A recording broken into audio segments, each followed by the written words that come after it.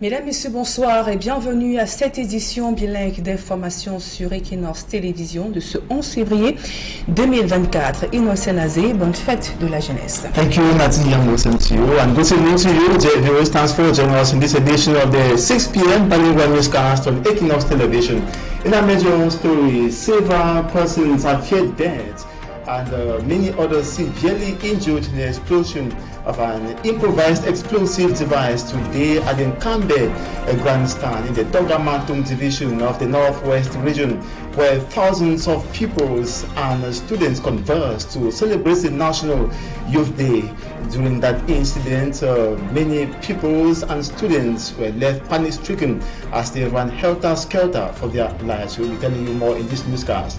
In a devastating turn of events, the financial world mourns the loss of Herbert Wigwe, the Chief Executive Officer and Group Managing Director of Access Bank.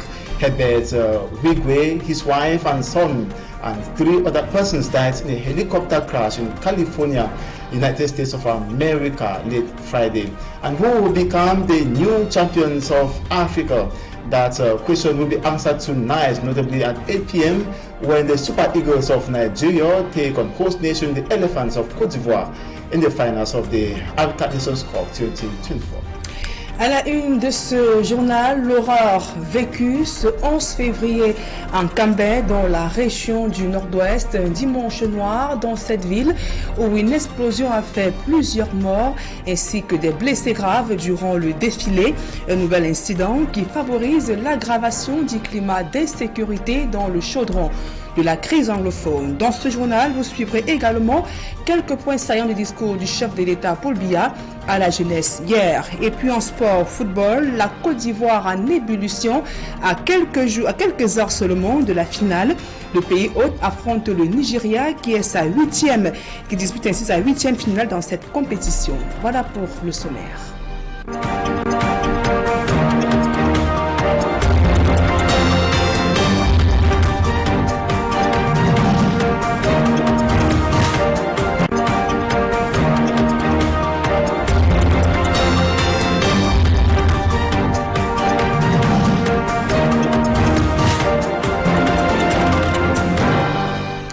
Mesdames et messieurs, une fois encore, bonsoir et merci d'honorer ce rendez-vous de l'information sur Équinoxe Télévision.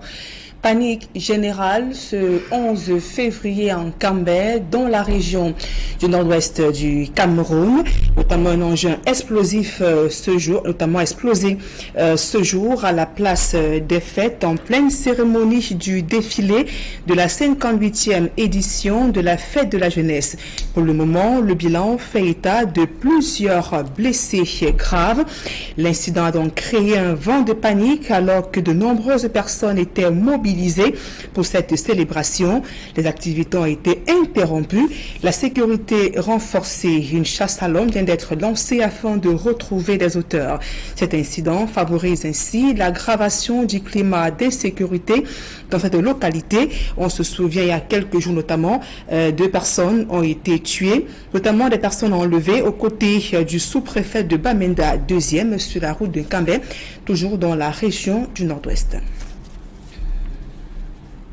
Et du côté de Bamenda, par contre, on a observé une forte mobilisation des élèves à la place des fêtes de Bamenda, notamment au Commercial Avenue, pour la traditionnelle parade du défilé du 11 février. Les populations, notamment les élèves ainsi que les étudiants, sont donc sortis en grand nombre pour prendre part aux festivités.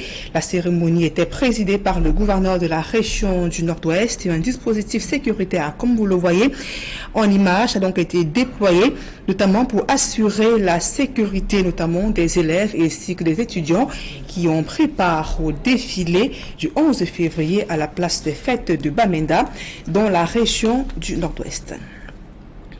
Et sur place à Douala, les jeunes ont été donc invités, notamment à être interpellés sur la recrudescence de la violence en milieu scolaire et même dans la société, de même que la consommation des drogues et stupéfiants qui constituent ainsi un grave danger pour la jeunesse au Cameroun. Ils ont été invités à faire preuve de patriotisme. Retour sur la parade à Douala dans ce reportage de Robert Moukoubé et Hubert Michel Kamini. Voici la petite touche de la célébration de la fête de la jeunesse ce 11 février à Douala. Les jeunes optent de plus en plus pour la mode, un domaine très concurrentiel. À la place du défilé à Bonabéry dans le 4e arrondissement, nous sommes vite appâtés par ce style qui suscite curiosité et admiration. Toujours à la quête de l'innovation, nous avons valorisé le carnaval dans l'ensemble. De par le choix des couleurs et des détails, avec cet effet brillant, transmet en même temps l'esprit de créativité, la brillance de ces disques que vous voyez sur le fond arrière, qui représente un oiseau. Ça veut dire que cette jeunesse est prête pour un envol, pour un avenir sans chômage. La réalisation de ce chef-d'œuvre n'est pas une tâche facile. Il faut y mettre de la passion et de la volonté. Quand la passion est dans le fond, le reste n'est plus qu'un détail et le courage. À la place de la Besséké dans le 1er arrondissement de Douala, la mode nourrit un appétit considérable chez les jeunes. Stylistes, modélistes accrochent le grand public dans leur prestance, mais ne perdent pas de vue les difficultés auxquelles font face les jeunes à la recherche d'un emploi. Ils prennent déjà leurs précautions. Je demande d'être auto-entrepreneur en ne pas forcément attendre d'être embauché, de créer des entreprises, de promouvoir de l'emploi et de pouvoir aussi embaucher la jeunesse. L'entrepreneuriat, c'est quelque chose que je pense qui pourrait façonner et améliorer notre pays à l'avenir. Tout emploi, en fait, c'est l'idéal. Vous ne pouvez pas dire le contraire, mais c'est juste parfait. Le Cameroun fait face à une recrudescence de la violence en milieu scolaire. Certains se livrent à cœur joie à la consommation des produits scotro. Face à ce fléau, la sensibilisation reste la seule arme. L'utilisation des stupéfiants dans les établissements scolaires, c'est interdit. Jeunesse fait de lance de la nation ne devrait déjà pas passer par là. Ceux maintenant qui remplissent les prisons, c'est des prisonniers, ce sont des jeunes. Et ils ne devons pas voir ça. Les jeunes avaient plutôt développé le Cameroun, mettre le Cameroun au sommet. Le gouverneur de la région du littoral, quant à lui, appelle à un recadrement des jeunes portés par l'immigration. Ne pas perdre de vue certaines valeurs qui devraient impulser le développement du Cameroun. Et puis inviter, n'est-ce pas, la jeunesse à ne pas aller à l'aventure sans savoir pourquoi. Chant patriotique chez les élèves du primaire, défilé à la fanfare pour le secondaire, le supérieur et les associations des jeunes. Voilà qui ont rythmé la grande parade du 11 février dans la capitale économique. Et dans son discours à la jeunesse, le chef de l'État s'est montré préoccupé face à l'émigration croissante des jeunes Camerounais à la recherche de mieux-être en Occident. Paul Biya a donc tenté de décourager ceux qui se lancent de manière irréfléchie, même s'il a reconnu que la situation est quelque peu difficile, mais il appelle ces jeunes à saisir les opportunités qui s'offrent à eux. Écoutons un extrait du discours du chef de l'État Paul Biya à la jeunesse. Volonté croissante d'une frange de notre jeunesse d'émigrer vers d'autres cieux est de plus en plus préoccupante, surtout lorsqu'elle tourne à l'obsession et concerne même des personnes qui ont réussi localement leur insertion sociale. Certes, notre pays, comme bien d'autres dans le monde, connaît une conjoncture difficile. Cependant, la solution n'est pas toujours de s'en aller. Partir, oui, mais pas à n'importe quel prix. De plus, sachez que pendant que vous aspirez à partir, de nombreux étrangers essayent de s'installer au Cameroun, confirmant en cela qu'il s'agit d'une terre accueillante et d'un pays d'opportunités. En le disant, je ne perds pas de vue les aspirations légitimes qui sont les vôtres, ni les inquiétudes qui sont celles de tous les jeunes de votre génération, où qu'ils soient. Il est toutefois de mon devoir de vous rappeler, année après année, de faire attention aux mirages et aux dangers de l'immigration à tout prix. Et toujours dans son discours à la jeunesse hier, le chef de l'État camerounais a appelé les jeunes à s'engager dans la production, notamment agricole, et à saisir les opportunités qui s'offrent à eux dans la mise en œuvre du plan triennal intégré import-substitution 2024-2026. Notamment, également, écoutons une fois de plus le chef de l'État Paul Biya. Le plan triennal spécial jeune lancé en 2016 s'inscrit dans cette logique. Il a déjà permis de financer des milliers de projets en faveur des jeunes. Dans la même lancée, le programme de promotion de l'entrepreneuriat a contribué à la création de plus de 12 000 nouvelles entreprises en 2023. Celles-ci ont généré près de 22 000 emplois directs. Et ces progrès sont certes encourageants, mais j'en suis bien conscient, ils demeurent insuffisants par rapport au nombre de jeunes qui sont en quête d'emploi. C'est pourquoi je vous invite à saisir les opportunités qu'offre la mise en œuvre du plan triennal intégré import-substitution 2024-2026 pour vous engager dans les activités de production. Elles vous permettront non seulement de vous rendre utile à votre pays, mais aussi de trouver les moyens de subvenir à vos besoins. Dans le reste de l'actualité, privée de son président national, l'Union des églises baptistes du Cameroun a été secouée ces dernières années par de nombreuses tensions.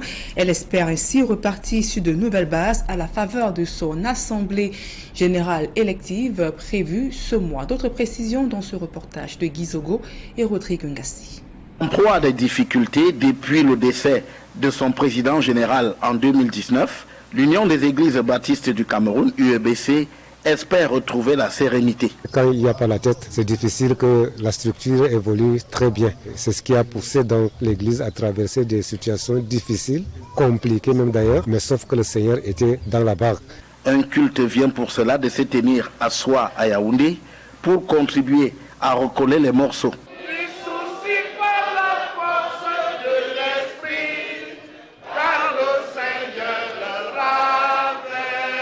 Pour ce faire, une échéance importante pour cette église est prévue dans peu à Douala, d'où l'ambition aussi d'y aller dans l'unité.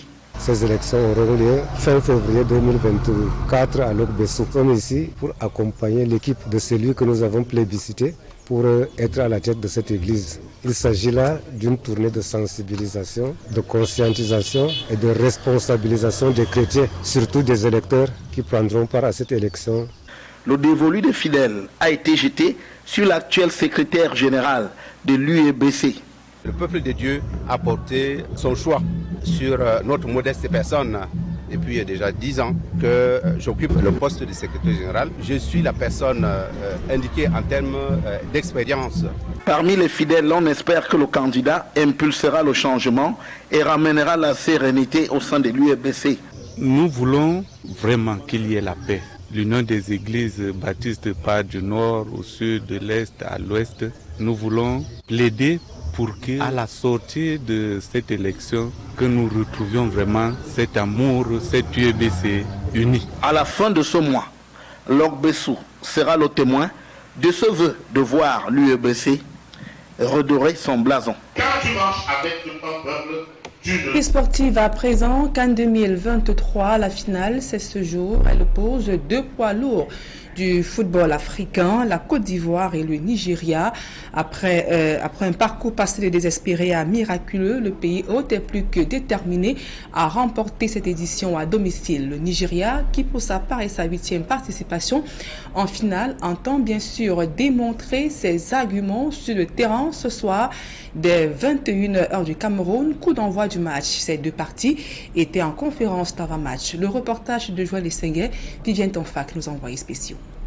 Les éléphants de Côte d'Ivoire ont toujours en mémoire le revers essuyé contre les Super Eagles du Nigeria en match de groupe de cette 34e édition de la Coupe d'Afrique des Nations. Mais un match de groupe et une finale, c'est totalement différent, donc l'approche sera différente. Le coach de la Côte d'Ivoire dit vouloir se servir des leçons de cette contre-performance pour mettre en place le dispositif tactique nécessaire pour une bonne réplique. C'est bien parce qu'on sait déjà à qui on a affaire, même si entre-temps ils ont fait de la route et ils se sont améliorés dans pas mal de domaines. Mais la préparation de ce match-là, elle est comme toute la préparation des autres matchs. On va se concentrer sur nous, nos points forts, nos faiblesses et regarder comment on peut leur poser des problèmes. Contre une équipe dont le parcours était moins sinueux que le leur, les éléphants sont conscients de la difficile équation qui se pose à eux, mais pas impossible à résoudre. Ce qui était le plus important pour nous après les phases de poule, c'était de retrouver la confiance et de recréer une équipe. On était une équipe qui ne donnait pas l'impression d'être soudée, d'être ensemble sur le terrain. C'était important pour nous, staff, de recréer cette solidité défensive avant de penser à la solidité offensive. On revient de très loin, donc pour nous on n'a pas grand chose à perdre, si ce n'est juste donner le maximum.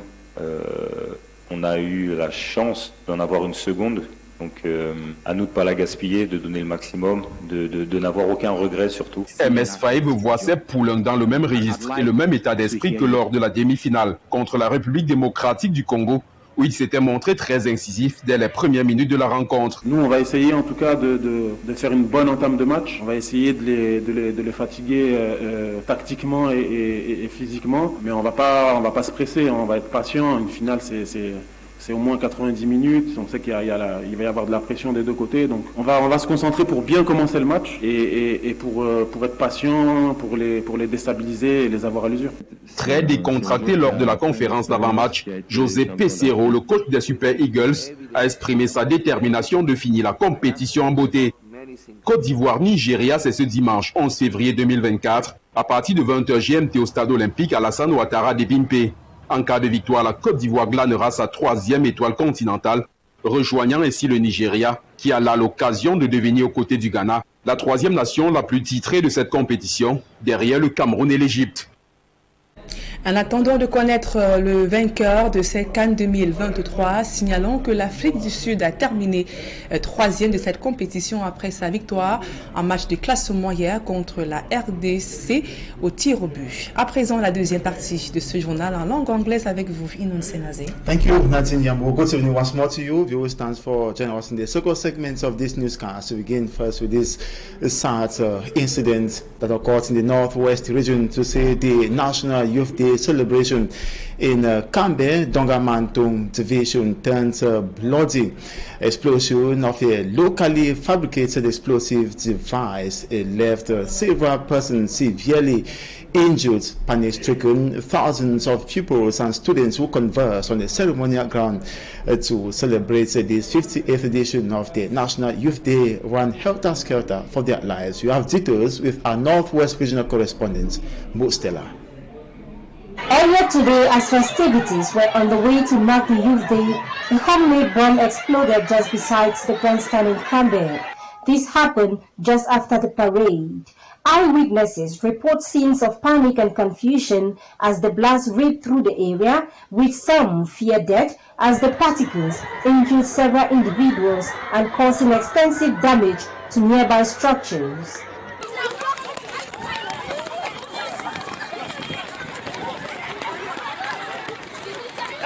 Amateur videos show scenes of panic as everyone searched for safety. Well, thank you, Mr. Richard. Yeah, it's true that we had a very successful celebration up to the end when an unfortunate situation happened. We condemn it with our last energy, this type of barbaric actions. You see young children who are happy celebrating their youth day, and somebody returning west to come and harm them. We are calling on all the sons and daughters of Kumba to be calm, to be vigilant, to be more vigilant. I know that it's a difficult moment for us, but we are going to come out on top. The explosion comes as a shock to the community, as Kumba had been one of the cities in the northwest region that has managed to contain the violence associated with separatist activities. In addition to today's explosion, tensions in the region have been further heightened by the recent kidnappings of the divisional officer for Bamenda 2 and 9 others on their way to Kumba. Authorities are currently investigating both incidents, but no group has claimed responsibility for either the explosion or the kidnapping. It should be noted that Kumba is one of those localities in the northwest region of Cameroon that witnessed little or no separatist attacks since the Anglophone crisis escalated to an armed conflict. And now we take you to the northwest regional chief town Bamenda, where the 58th edition of the National Youth Day was celebrated amid tight security, notably the Commercial Avenue grandstand. And most of those who took part in march past activities were dressed in assorted wears. Though in tight security and ghosted streets, the voices of the youth also rang. Most of them were calling on the state authorities to address the rise in price of basic commodities and fuel affecting their lives adversely. Most tell her once more. The arrival of the governor of the Northwest region signaled the start of commemorative activities at the Grandstand Commercial Avenue. In the midst of conflict and tension, the resilient spirit of the youth in Bamenda was displayed as they celebrated Youth Day amidst the backdrop of the armed conflict which has caused untold hardships. These assorted wares, shoes not proper for the occasion, tells of the challenges young people in Bamenda experience every day as the conflict is prolonged. We are celebrating Youth Day at a difficult moment when we have increase in the price of basic commodities, increase in petrol. We have many youth-related activities not moving actually well. We have high rate of unemployment, and of course we have high rate of moral decadence in the society. So we are using this opportunity to advocate for social change as far as youth behavioral patterns are concerned, and for more entrepreneurial avenues to be open for young people to be gainfully employed. At the close of the march past and a word of recognitions, the youth were urged to continue striving for a better future despite the adversity they face. The youth have followed keenly the message of encouragement that we had also in different domains.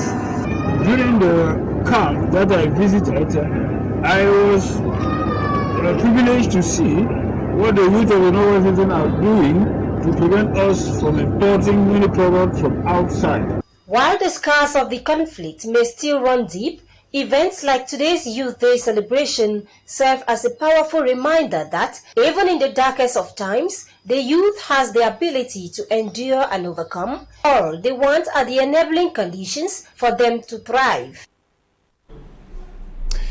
In Kumba, the division of the Southwest region, some students and pupils also braved the odds to take part in the celebration of the 58th edition of the National Youth Day. They also hope that authorities will take actions in order to better their living conditions and ensure that normalcy returns in this division and others in the two English-speaking regions of the country. We have details with Cedric Chakucho. It is in the context of fear and insecurity that the 58th edition of the Youth Day was celebrated in Meme and Manu divisions of the southwest region of Cameroon. Though some streets were empty, some students and teachers braved the odds to ask to represent their schools during the march past. Basic education for Kumba 1, Martin Wood, DVPS Kumbamben Group 1, and we have DVPS Kumbamben Group 3. The senior divisional officer of the Meme division used this opportunity to call on armed separatists to drop their arms and join DDR centers. All the youth should work hard in order to bring back peace in the Meme division. As I said last time, many youth have been misled in this crisis matter. It's time for all of us to recognize that the father of the nation said, lay down your guns and join DDR for them to once more revamp their normal activities. Like the father of the division, I will continue to receive them. He again reiterated his fight against insecurity and drug trafficking. Junkies cannot be a job in this meme. Those who are selling it, we will continue to track them in order to keep safe our children. In the Manu division, the new senior divisional officer called the population to shun fear, leave the bushes and join their brothers for celebration.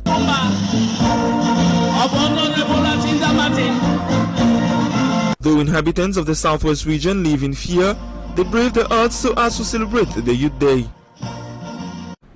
Here in Douala, the basic ceremonial ground, over 16,000 students took part in March past activities. They were called to shun drug consumption in the school milieu and also violence in the school milieu as well as the society as a whole.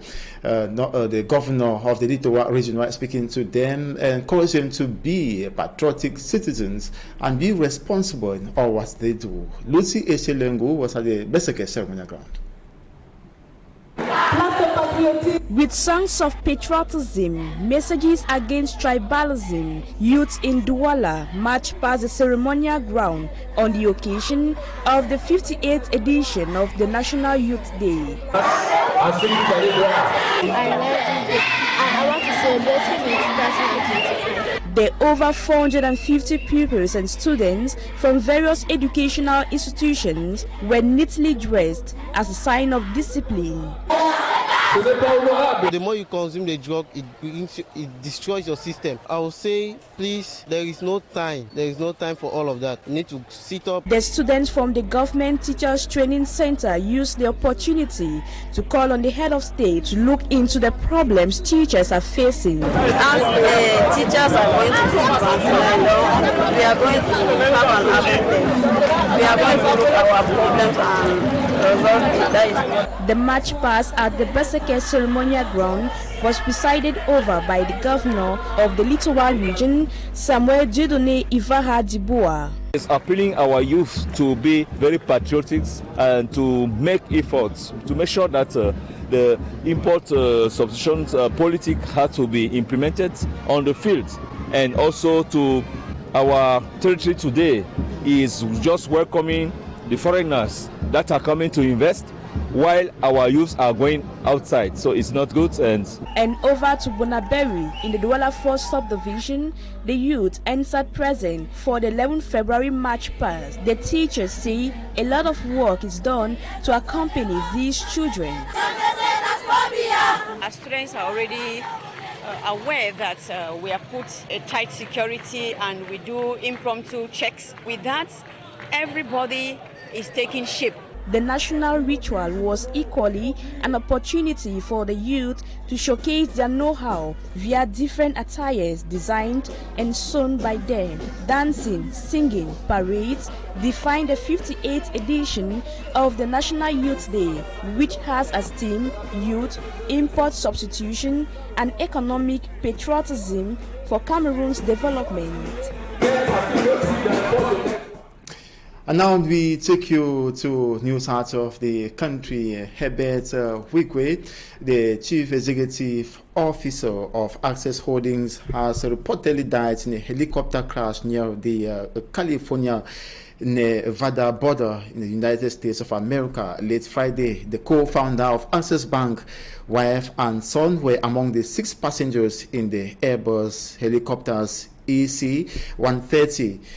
Cause of the crash is not yet known. The National Transportation Safety Board and Federal Aviation Administration are investigating the crash. The news of Herbert Wigwe's death has sent shockwave throughout the banking and business community, as well as among the general public.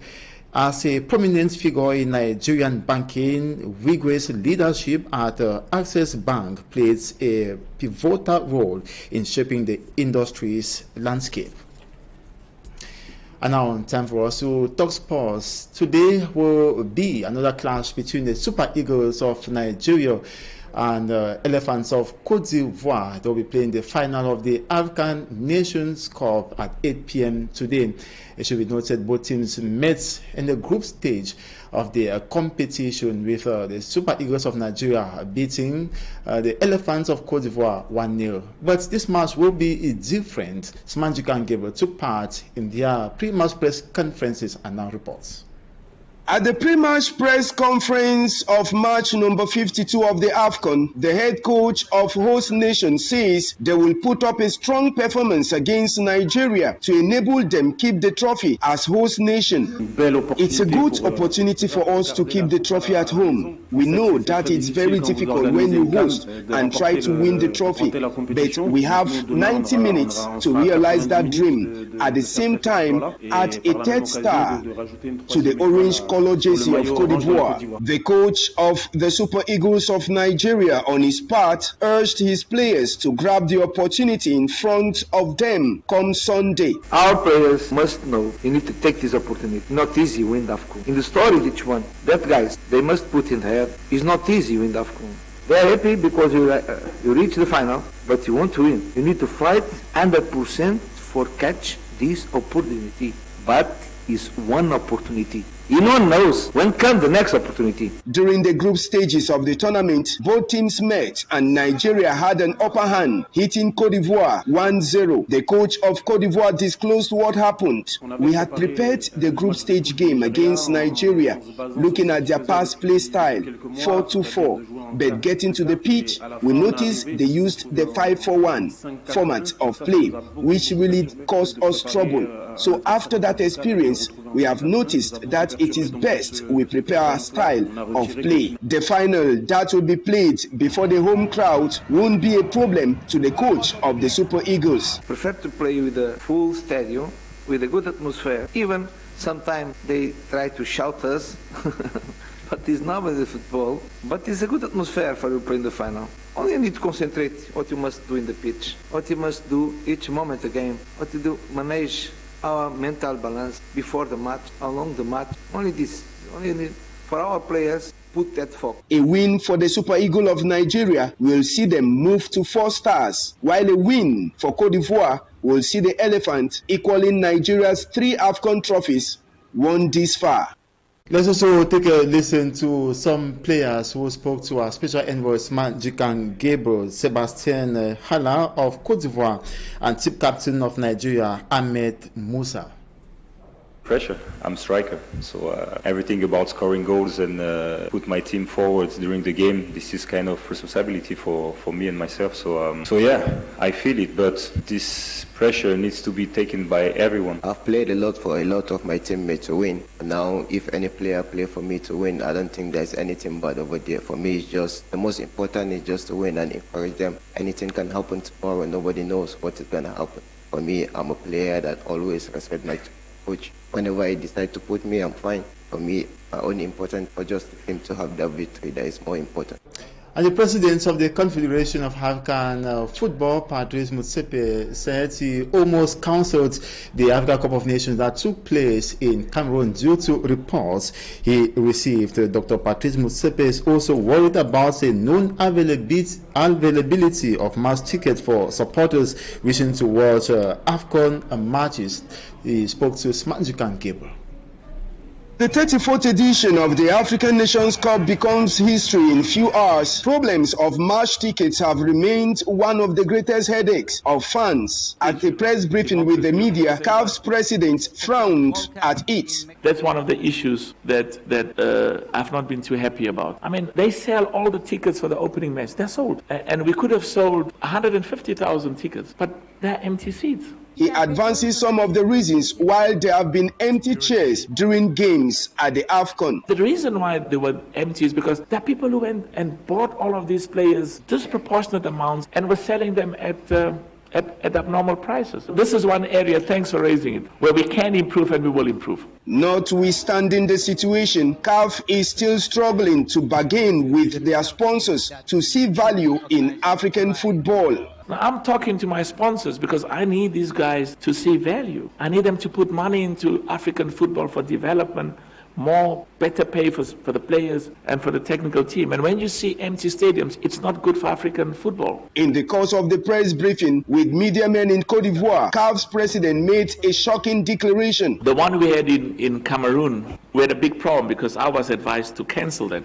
And these are people who love football. And they gave me reasons which really made sense. But as I was saying early on, for me it was also about the self-belief that all of us have to have in ourselves and as Africans. Concerning the stampedes at the Olembe Stadium that caused the lives of people, CAF said they have been following up the families with medical problems till date. We went to each of their houses and met with the family and expressed our condolences. In fact, some of the family members from Cameroon are invited, will be with us here in Côte d'Ivoire. During the press briefing, CAF also confirmed that the AFCON in Morocco next year will still go on as planned, even though it will fall at a period when other competitions will be taking place.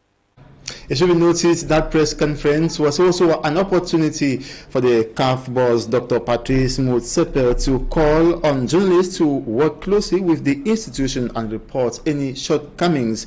Let's listen to Dr. Patrice Motsepe about the role of the media. Do you want your experience with CAF to reflect the respect and the courtesy and the politeness with which we have to treat you, and that your experience, it's good for football. And in Africa, where the media is so important, it's good for democracy, it's good for freedom of speech. So it's very, very important.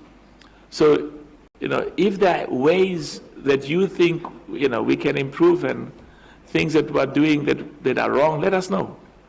And there's a commitment to try and improve.